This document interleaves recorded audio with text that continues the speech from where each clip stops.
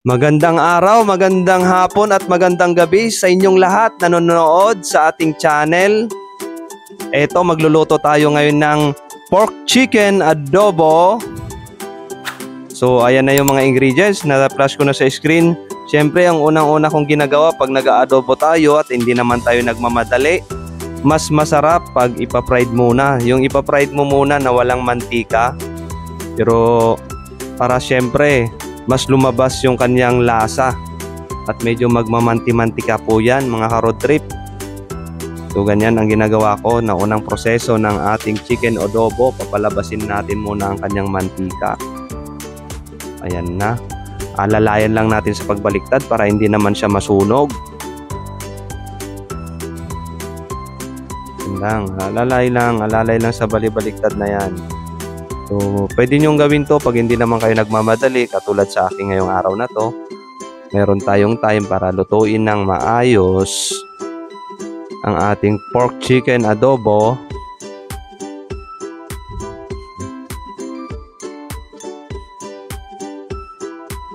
So, ito na, tapos na. Tapos na natin ma-fried lahat yan. Okay na yan. Oh, ito na yung ating pork chicken adobo. Then syempre magpapainit tayo ng mantika muna para igigisa natin ang ating mga rekado katulad ng sibuyas, bawang at luya natin.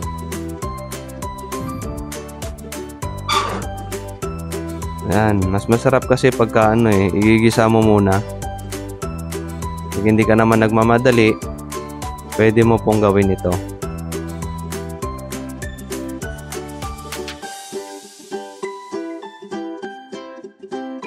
Ayan na.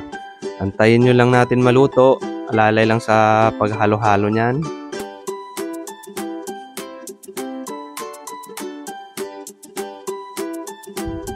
And then idagdag natin yung sibuyas. Then halo-haloin natin ulit.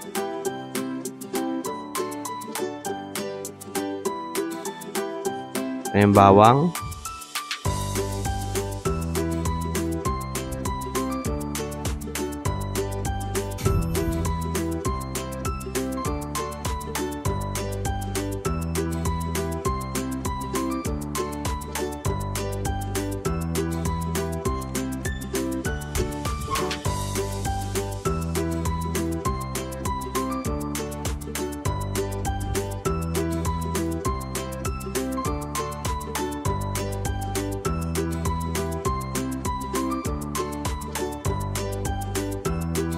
Ito na. Malapit na natin yan. Then ilalagay na natin. Ihalo na natin to sa inuna natin na rekado. Lalagay muna natin yan lahat. Yung chicken natin na pre-fried kanina. Chicken at saka pork.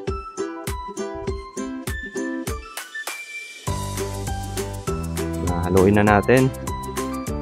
O yan. Lalabas talaga yan ang kanyang lasa. Then dadagdagan na natin.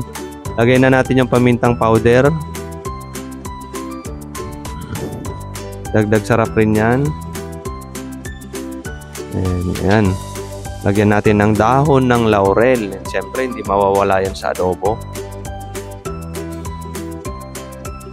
And yung nilalagay lagi natin na turmeric, yung powderized na luyang dilaw.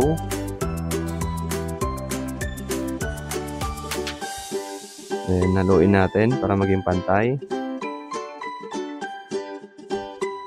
Then dagdagan natin ng konting tubig. Yan, konting-konti lang talaga para magkaroon ng konting sabaw at saka lagyan na natin ng soy sauce or toyo. Yan po yung nilagay natin. Then haluin na natin ulit.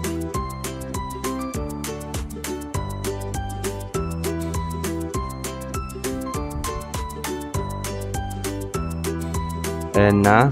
Bali, malapit na po yan maluto. Lagyan ko ng pamintang buo. Then, syempre, kadalasan ang nilalagay kasi sa adobo is yung potato. Pero wala tayo ngayon yan. Ang mayroon tayo dito, itong saging na saba. Actually, para sa akin kasi mas masarap to eh. Medyo manamis-namis yung adobo natin, lalo na yung konting sabaw niya. Then, siling green para maglasang spicy siya. Lagyan natin ng konting suka. Yan, dinagdagan ko rin ng tubig.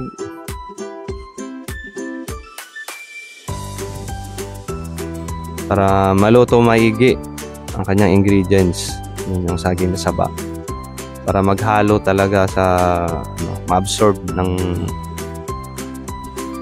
laman ng chicken at saka pork.